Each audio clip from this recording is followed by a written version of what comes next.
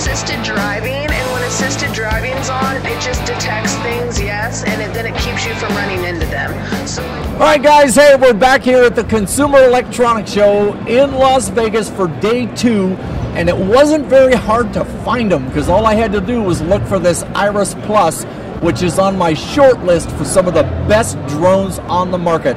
I'm standing here talking to the man himself, Mr. Tim McConnell. Yep. How are you? Great. I appreciate you talking to me today. And it's my pleasure. You know, I'll tell you what I did was on my channel yesterday, I put out day 1 of the Consumer Electronics Show, Demunseed episode, and I asked the question, if anybody's got a question you'd like me to ask, please post it in the comments. And that's what this is. Oh, great. So all of you guys are going to get your questions answered. My first question is, what's new and exciting over at 3DR? Oh, great. Well, of course, this is our Iris Plus. This has been introduced and out there for a few months now, and it's really just been a big win for the company. You know, it's got great flight times, real good stability, and the user interface is continually becoming, you know, easier and simpler for people to use. So there's a lot of capabilities of flying with the phone and mobile. Some more new and exciting things coming up in the near future, but can't divulge them today. Well, what would you say, though, is on the forefront of technology as far as, I mean, where are the drone manufacturers headed? Well, there's a couple areas, right? Right now we're focused on the consumer market because of all the regulatory issues. So there's consumer and there's enterprise space. For the consumer space, what we want to do is get something that's just super easy to use and that gives people great shots so that people don't have to feel like they need to be experts or they need to spend a lot of time setting up. We want it to be as easy as just pulling out your camera phone and taking a picture, except you're taking a picture from 50 feet in the air. Well, now let me ask you this, though, because there's those purist pilots out there that they don't want to stand there and look at their drone and say, take off and fly. They want to fly it, you know what I mean? So is there the potential that that could go away? I don't think so. You know, right now with the FAA standards, you have to have a backup of remote control. People love having what we call the live view, where you have a camera viewing and you're flying based on what that's seeing. And I just don't expect that to go away because it's so popular right now. So I think people will still always be able to take things out and fly them as they want. It's just another group of people that just want to get the thing up there and have it take pictures for them. Right, yeah. All right, our number 2 question here on the Demunseed channel was, what advice would you give to a novice that's just now getting into drones, thinking about buying one? So the best thing to do is get one of the little mini drones that you can get, you know, anywhere now, Amazon, Walmart, whatever. I got one, a little Hubsan. They're this big, you can't do any damage with them, you can fly them inside, and you can really develop your flying skills and well the controls are basically the same as same type the of control. Iris. Yeah. If you can fly one of those, you can fly one of these. But when you crash one of those, you replace a little propeller that big. You know, you want to get good at flying before you start flying this. Yeah, remember I told you guys, the Nano 3D, you can buy that for $40. Just go on over to acesdeals.biz, pick up the Nano 3D, crash it all over your living room, hit your nephew in the head, you're not going to hurt the kid, and then go to 3DR and pick up the Iris Plus or the X8 if you want the bad boy in the sky that'll pick up damn near an SLR camera, and then you'll be all set. So question number 3 was, where do you see the near future going as far as drones and the FAA? Oh, that's a great question. You know, we're really doing everything we can to encourage the FAA to, 1, act quickly, but 2, act in a way that's, you know, wise and safe. You know, I hate to see all the innovation moving overseas. I mean, Google is doing their testing in Australia now, and Australia is very progressive, and Canada. So, really looking forward to, you know, having them give us the ability to start doing more industrial and commercial things here. Now, and there was a side question to that is, do you think that over-regulation could severely damage or destroy this technology? It's hard for me to imagine destroy. This thing is, you know, it's very exciting, people are excited about it, and everyone understands what can be done with it. So I can't see it just going away. But I hope that it doesn't take as long as it feels like it's taking right now. Do you think that there's a possibility that the FAA might come along and say, you know, there's rumors and speculation out there about ground school and a pilot's license and all that kind of thing. You think they'll ever go that far?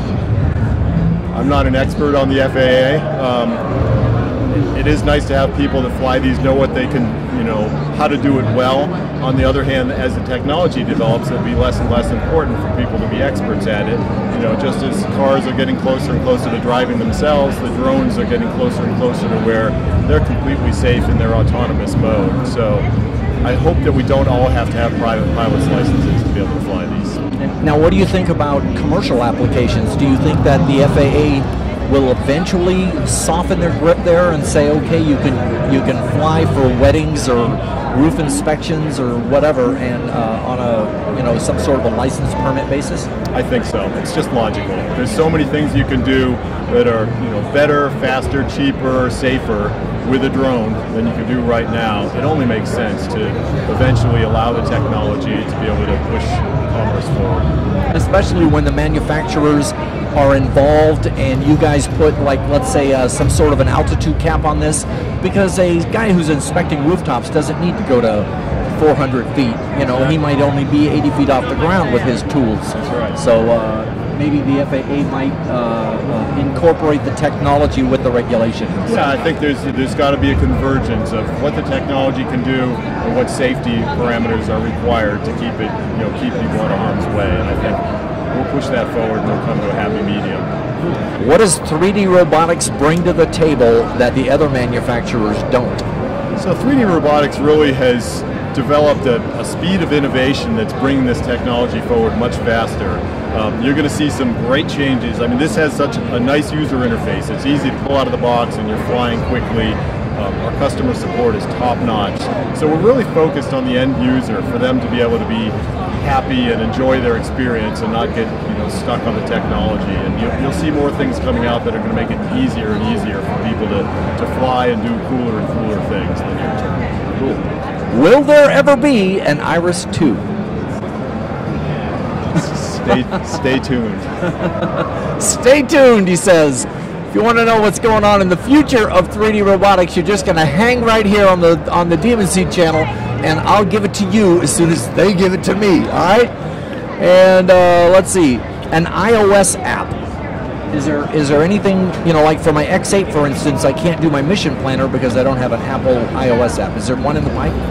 I'm not sure what I'm supposed to divulge, but I think people will be happy with what we're coming out with. Oh, excellent. Yeah. Oh, very good. And is that like in the next 3-6 months type of thing? Yeah, beginning part of this year. And 3-axis gimbal, where's that going? We're working on the next version of that. There's both the gimbal technology as well as the software gimbal, where you could have a wide angle and do your focusing and stabilization in software, are both moving forward. So there'll be a lot of changes coming in that area. Okay. All right. Object awareness. I know you guys are kind of dabbling around in that a little bit, aren't you? Yeah. There's a lot of great folks in the university space and in academia that are really focusing on a lot of those things. We're involved in it, but we're also hoping that the advances in technology from some of the university labs will really help us to be able to move that to where we can do things like multiple vehicles, swarming, and getting around objects. Oh, I see. Swarming. That means you can buy 4 of these and they'll all fly autonomously and be object aware to each other and know where they all are in space. So you could send them all out on a mission. All right, and are you a Demunseed subscriber? I will be as of tomorrow. All right, you heard it from Tim McConnell here, the Vice President of 3D Robotics here at the CES show, and I appreciate your time very much, sir. Thanks, Jim. All right, we'll see you online. Thank you.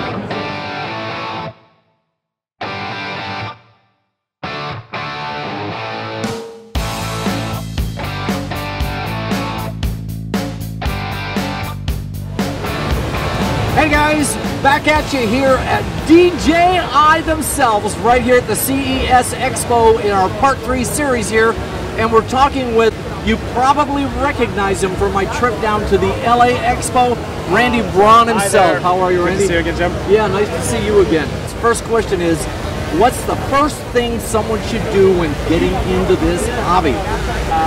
Maybe the Phantom Vision would be a great starter, and because that's actually $675, I think now. Right, the Vision, instead of not the Vision Plus. Well, the Vision is almost indestructible, right? Because it does not have the 3-axis gimbal. It has a 1-axis gimbal, right? And so it's a great small drone more to learn. Durable. very durable. And so I would recommend, maybe if you're a little timid about flying, that would be a great one to start with. However, all of our products are GPS enabled, which means you can just let it hover for 20 minutes in the same spot outdoors, and it's not going to move because the GPS satellites are locked into it and telling it where to stay. Let me ask you this question. On my channel, they ask me all the time, what's your favorite, what's your least favorite? I gotta tell you, my least favorite out of all the Phantoms is the FC40, and only because it's not upgradable. Do you have a favorite? Do you have a least favorite? The old Phantom 1, right? With the camera, with the exactly. detachable camera on it. I actually really like the Phantom 1s still, just to fly for fun.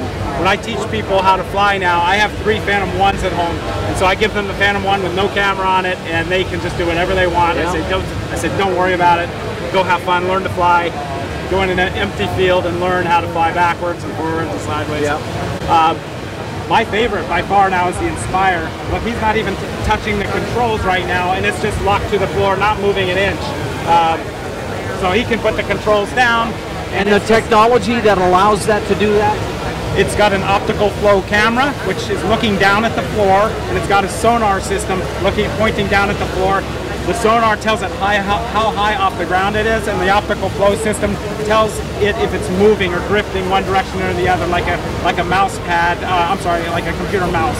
Oh, I see. So technically, that's got 2 cameras on it. It's got a camera facing downward.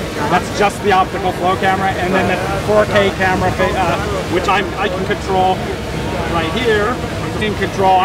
Now I'm the second operator on this particular Inspire. You can operate it with 1 person or 2. The dual operation mode just allows you to have a camera operator. So if you're photographing, it doesn't come base unit with a second radio. No, it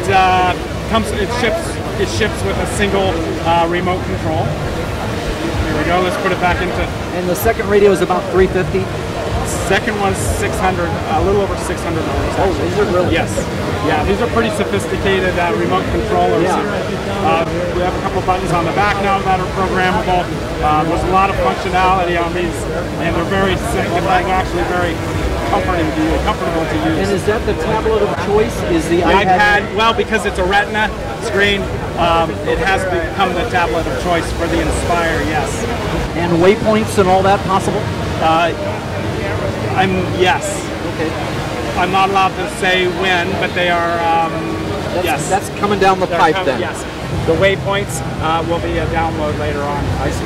Okay. On a future firmware update. My next question from one of our subscribers is: do you think the FAA will eventually allow commercial use of drones? What's your opinion on that? Yes, and we're all hoping that there will be a permitting system so that if we're going to fly commercially, meaning for profit, that we're going to have to apply for a permit and prove that we know the rules. Everyone who flies drones seriously is hoping that we'll have to have permits for commercial use. Do you think they might go as far as requiring like ground school or pilot training or any of that? I don't think they will personally, but I don't know. I think that you will just maybe have to take a written test. I'm just guessing, and understand the FAA's guidelines about flying, staying below 400 feet, not flying over large groups of people, keeping a direct line of sight, and not flying within 5 miles of an airport. Right. Yeah, we have a few places that we did some hit and run aerial video here in town, and it capped us out at 60 feet. Yes. The further we went away, it was 150 exactly. That's feet. excellent software, isn't it? Yeah. Oh, yeah. You can't even start your motors 1.8 miles. Yeah, and it lets you know right away by giving you the fast flashing red, so you know you're in that restricted area. That's something new. Yeah, that was pretty Last interesting. year I didn't have that. When I tried to fly in Las Vegas here, I'm like, wait a minute, there is an airport nearby, right in the middle of town. Yeah, it warns you right there. So next question was, how do you think that the general public itself is going to respond in the future to this rise of the drones? Well, I think it's a lot like we responded to laptop computers, cell phones, other emerging technology. It's something that is just going to take a year or two, and all of a sudden drones are ubiquitous. It's like, I think that we'll become comfortable enough that when we see one in the air or we hear one flying over, maybe delivering a small package, delivering a drug prescription, delivering mail, we'll just ignore it like we sort of ignore an airplane flying over these days. We hear it, but we know what it is. We're not going to look up and. So you don't think that Amazon and Google are just pulling a media stunt? I mean, you think they're actually seriously? I think they're serious. Oh yes, I think it's a matter of a couple of years before we'll have some deliveries being made by some companies. Yes. Wow, that's my prediction. I think it's only a couple of years away. What is DJI doing to repair their customer service reputation out there? We just started a 24/7 hotline. A human answers the phone. It can help you with your inspired questions. We just tripled our Phantom actual support in Torrance, California. Opened up a new support center there, which means basically we fix drones that have people have crashed or so on. Okay, and so it doesn't have to be necessarily the Inspire, the Vision owners and the Phantom owners can get customer phone support? Right now it's just for the Inspire because we know we're going to have a lot of questions. Right. And so because it's a little more of a technical machine, with the Phantom, I really hope that we actually have a 24/7 phone system too. I don't know the answer to that. I haven't been back to Shenzhen for quite a while now. So. Okay, and you've flown the Inspire, and you know how it acts, and you know all the quirks and all that. Yes. What would you say? When you fly the Vision Plus, the weak link is the gimbal. Does the Inspire have a weak link? The weakest link would be. Don't know if I can answer that. That's I mean, the first thing that the consumer is going to send it back to DJI repair for, would that be the camera? I would say because of dumb thumbs, landings, and if somebody landed it too fast before the legs were able to come down, which it prevents itself from doing that because once it sees the floor at about 4 feet high, the legs will come down automatically. Oh, they will? Yes. If it goes any lower, the legs are just going to drop automatically. But if you came down super fast, you would hit the gimbal first, the gimbal and the camera. So now what about that would also be the weakest link if there had to be a weak link in this? Have you ever crashed it? No. Never hit the ground? I hit some coconut palm palm leaves once. I went by going up between coconut trees. With the Inspire? It recovered actually on the way down. Yeah. It's like, whew. So, yeah, with the Inspire. Would you say that the Inspire is as durable? Because you can crash hard in a Phantom, and yes. they do pretty well. Would you say that the Inspire? This is very durable. It's got a carbon fiber frame, a carbon fiber, hard plastic, and metal frame. I would say. I call that the tidy whitey's design. Yeah. This is very durable. I would say again, if the camera, if the legs are up, and the camera was to hit the ground, that would we might have to replace the camera part. Yeah, I noticed that the case that this is shipping with is a really nice case. I mean, it's for a free case that you guys are shipping out, that's not bad. I thought it was just going to be a zipper box. Bag or a box. I know my prototype came in a box, so I'm kind of jealous of this new case personally.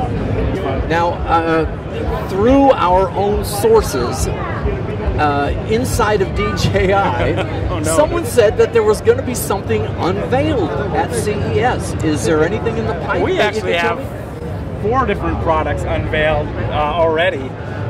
The handheld camera gimbal that works with the Inspire camera right here.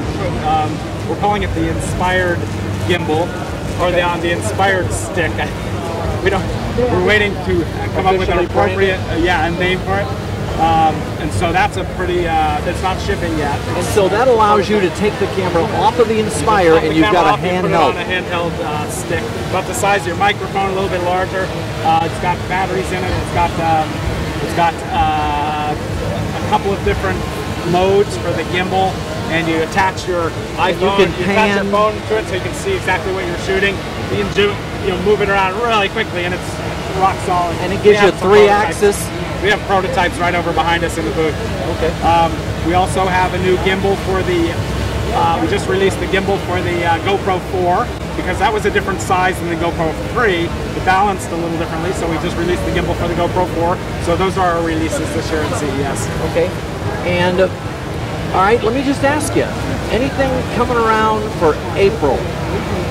For April, the month of April? The month of April. I don't know. I've got a couple of dealers out there that are telling me that they're clearing out their Phantom 2s and they need to get them out by April. Is that right? Maybe I should go buy one.